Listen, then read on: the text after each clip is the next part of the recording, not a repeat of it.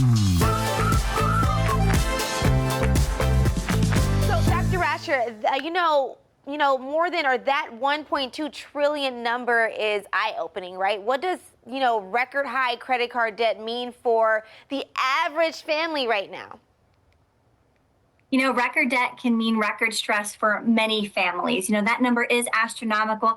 And that figure tells us that families are really relying on credit cards just to get by. We're not even talking luxuries here, but it's those everyday essentials and those expenses. And of course, when those balances keep growing, we've got this constant sense of pressure and uncertainty that just builds and builds and builds. And for the average household, this isn't just a money issue anymore. This has become a mental health issue because that persistent debt begins to erode confidence, increase stress, really ratchet up the anxiety in a home, and it just makes it so much harder to plan for the future.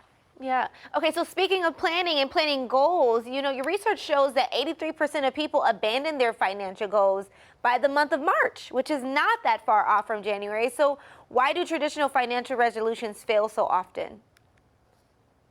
Well, January for a lot of people still feels like a reset, but our study, has shown that Americans have generally stopped believing that it leads to financial change, and it's not, people aren't failing at resolutions because they're bad at sticking to them, but rather it's because goals don't tend to stick around if they aren't aligned with a person's values from the get-go.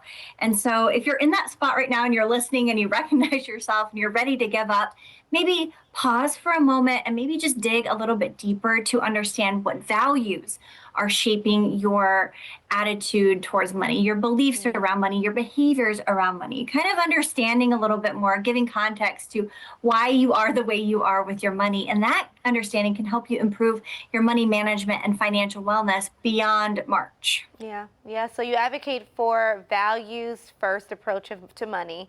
What does that mean and how can it help people build healthier habits? Yeah, so first thing to remember is that sustainable financial change really starts with that self-understanding piece instead of self-criticism. And so that values first approach really helps us start to identify what matters most to us. So it might be security or family or freedom or maybe even a little bit of fun. But letting that guide your financial decisions can help you build habits that feel more supportive and sustainable instead of habits that feel restrictive or punishing. That's a good point. So where can we dive deeper with you to get some more information? Yeah, people can visit beyondfinance.com's financial wellness section to explore free tools and educational resources. And we've got a really wonderful and free money mindset checklist designed to help people explore and reflect on their values a little bit more and maybe help reduce some of that stress in the process. Yes, the stress can be stress-free, everybody. Dr. Erica Rasher, thank you, and we'll see you next time.